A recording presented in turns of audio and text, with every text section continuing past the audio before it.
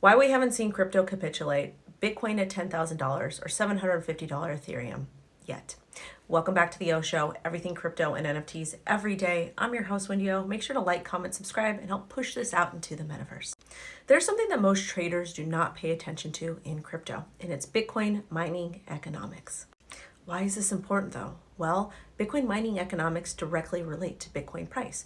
Bitcoin functions because we have miners in different regions across the world that essentially kind of help facilitate transactions. But running these large mining operations have their cost. According to CoinDesk, Bitcoin mining difficulty drops by most since July 2021 as crypto winter cuts profitability. Bitcoin miners are being caught between rising costs and the lower price of Bitcoin. It costs money to mine Bitcoin: electricity costs, equipment costs, sometimes facility costs, rents, etc. And in order for Bitcoin miners to stay in profit, they have to be making money. And as Bitcoin is in this bear market, if you bought your Bitcoin mining equipment at a very, very high cost and the market tanks and Bitcoin is trading at a lower price, for example, it's no longer trading at $60,000, but at $20,000, you could be facing some problems. If miners are not able to pay their expenses, they're forced to shut down. And Bitcoin block mining profitability dropped 7.3% this month. And this caused a lot of miners to shut down their operations.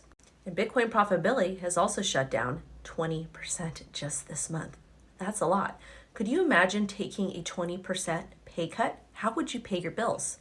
Let's also explain a little bit more what Bitcoin mining difficulty is. Straight from the article. Mining difficulty automatically adjusts the hash rate that's online in order to keep the time it takes to mine a block roughly stable. The more miners are working, the higher the difficulty rate.